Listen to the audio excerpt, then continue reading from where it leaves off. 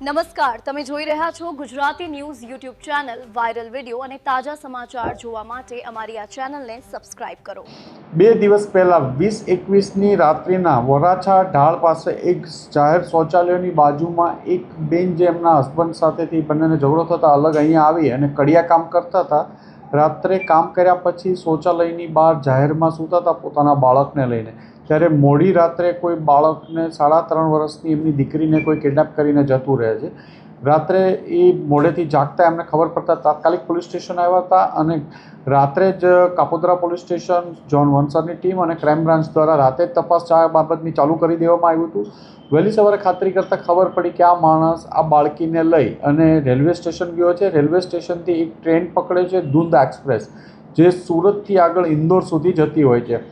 આ ટ્રેનના રૂટ આગળના તમામ નેક્સ્ટ સ્ટોપો જે 10 જેટલા સ્ટેશનો આવતા હતા, ક્રાઇમ બ્રાન્ચના PI JG Patel, PI Jayant Goswami અને એમની સાથે બીજા અન્ય 4 પીએસઆઈ લાગી અને સતત આ કામમાં પીઆઈ સિંધાના બધા લાગી ગયેલા.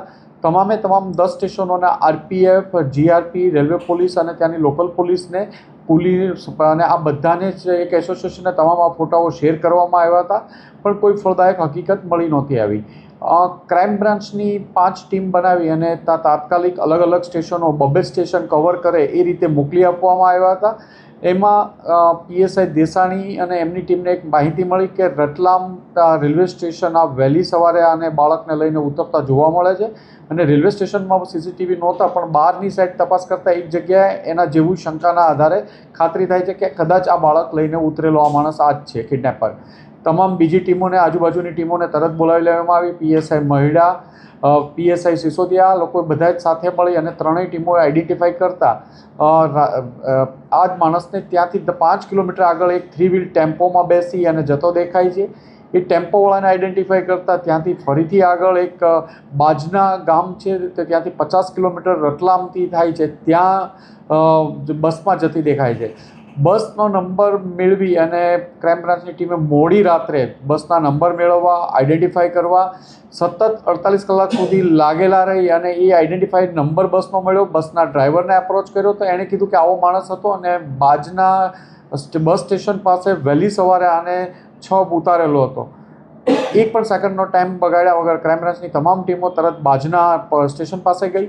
વહેલી સવાર હતી. પોલીસ જ્યારે પહોંચી ત્યારે 5:30 વાગ્યા હતા સવારે, કાલે વહેલી મોર્નિંગમાં. એટલે ક્રાઇમ બ્રાન્ચની ટીમને કોઈ સીસીટીવીને એવું તો જોવા ન મળ્યું, પણ ત્યાં લોકોને વહેલી સવારે ક્રાઇમ બ્રાન્ચના અધિકારીઓ અને સ્ટાફના માણસો બધાને ફોટા બતાવતા હતા.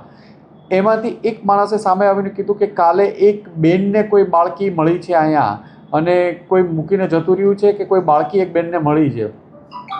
એ બાળકીનો ફોટો મેળવી અને તાત્કાલિક ખાતરી કરતાં ફરિયાદી પાસે અને એની ફરિયાદ ગુમ ત્યારે બાળકીની ઉંમર પણ જ્યારે 1.5 વર્ષની હતી ત્યારનો ફોટો મળ્યો તો 2 વર્ષ 1.5 થી 3.5 વચ્ચેનો કોઈ ફોટો નહોતો. કોઈ ફૂટેજમાં બાળક ક્લિયર દેખાતું નહોતું, પણ એ બેનને જે ફોટો એમની પાસેથી ત્યાંથી મળ્યો એના આધારે ખાતરી કરતાં આપણી કિડનેપ થયેલી બાળકી જ હતી. તાત્કાલિક એ બાળકીનો ફોટો મેળવી એમના મા બાપને દેખાડવામાં આવતા ખાતરી કરતાં એમણે કીધું કે એ જ બાળકી છે. એટલે બાળકીને લઈ અને પરત ક્રાઇમ બ્રાન્ચની 2 ટીમ આવી ગઈ.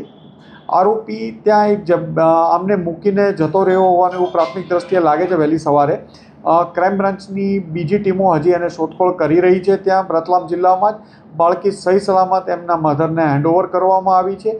કદાચ જો પોલીસ રતલામથી ત્યાં સુધી બજના સુધી ન પહોંચી હોત તો આ બાળકી ક્યારેય એની માતાને મળી ન શકત. બાળકી ક્યારેય પોતાનું નામ, એડ્રેસ બતાવી નહોતી શકતી, બોલી શકતી નહોતી અને સોશિયલ મીડિયામાં કે એ લોકો આપણા મેસેજ જોઈ શકત, ન જોઈ શકત એ પણ ખબર નહોતી. પણ એક મા બાપ જો પોલીસે 48 કલાક સુધી સતત મહેનત ન કરી હોત તો આ બાળકી અને એની મા ફરીથી ક્યારેય ભેગા ન થઈ શકત.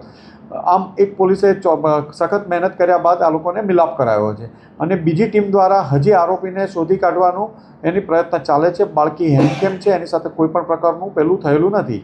આ ન્યૂઝના રિપોર્ટર છે Arvind Rathod. Gujarati news YouTube channel, Surat. ગુજરાતથી તમને મહત્વના સમાચાર મળતા રહેશે, માટે જોતા રહો ગુજરાતી ન્યૂઝ. ધન્યવાદ.